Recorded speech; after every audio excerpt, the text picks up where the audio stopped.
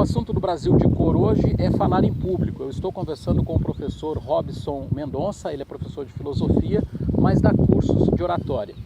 Robson, quando a gente falou que algumas pessoas suam, outras pessoas têm tremedeira, existem casos que você consegue controlar, mas existem casos que precisa de atendimento médico. Que casos são esses?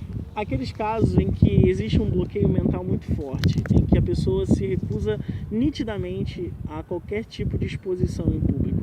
Esse é um caso em que transcende já as técnicas de oratória e aí já é necessário verificar com um psicólogo, um psiquiatra ou algum médico a que ponto tem esse bloqueio, já passa da técnica. Quando a técnica não funciona mais, nós precisamos rever, ou a pessoa precisa rever dentro de si mesma quais são os bloqueios emocionais, quais são os traumas de fato que ela tem, que não são mais possíveis ser tratados com técnicas, como por exemplo a técnica de respiração, com a técnica de relaxamento, mas que já seja possível, já seja necessário, na verdade, procurar uma orientação médica.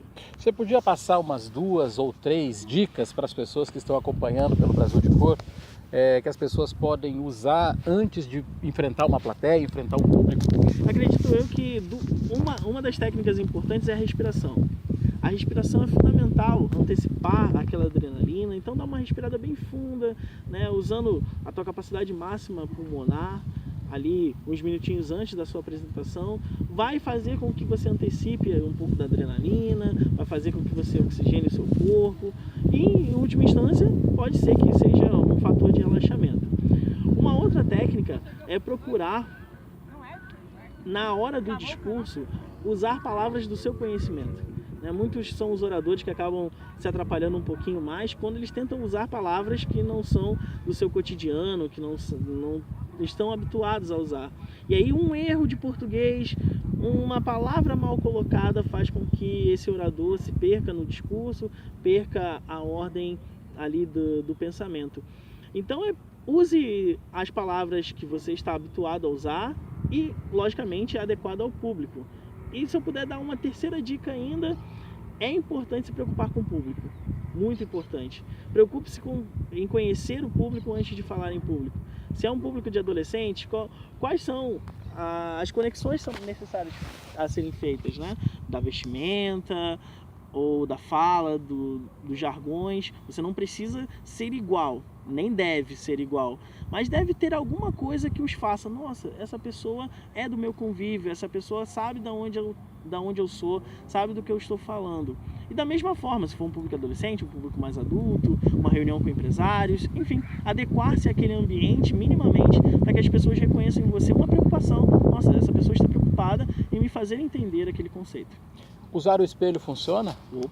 Usar o espelho é um maior feedback que a gente pode ter, às vezes maior do que um consultor falando para você, dizendo os seus erros. Mas é preciso ser crítico para olhar no espelho, é preciso olhar não só reconhecendo as coisas boas do seu discurso, mas as coisas ruins, ou vice-versa, dependendo da sua ênfase, É preciso reconhecer, olha, a minha mão está muito no bolso, ou estou fazendo gestos excessivos, ou eu estou me posicionando de forma equivocada. Então tudo isso o espelho pode traduzir. O que você faz com as mãos quando está falando para um público?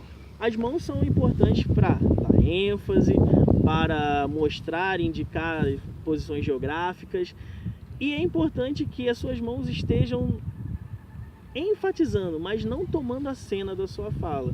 Por exemplo, eu já vi oradores que chegam a colocar as mãos no rosto. Isso não é interessante, esconder a face, usar as mãos para tiques nervosos, como coçar a cabeça. Isso vai fazer com que as pessoas desloquem a concentração delas ao invés da sua fala para onde estão suas mãos. Então as mãos têm que funcionar junto com o discurso.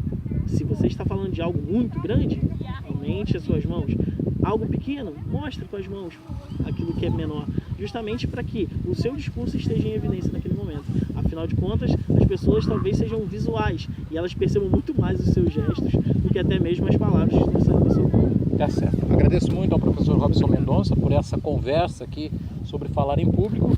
Sucesso para você, professor, que você continue ensinando mais gente a se comunicar melhor.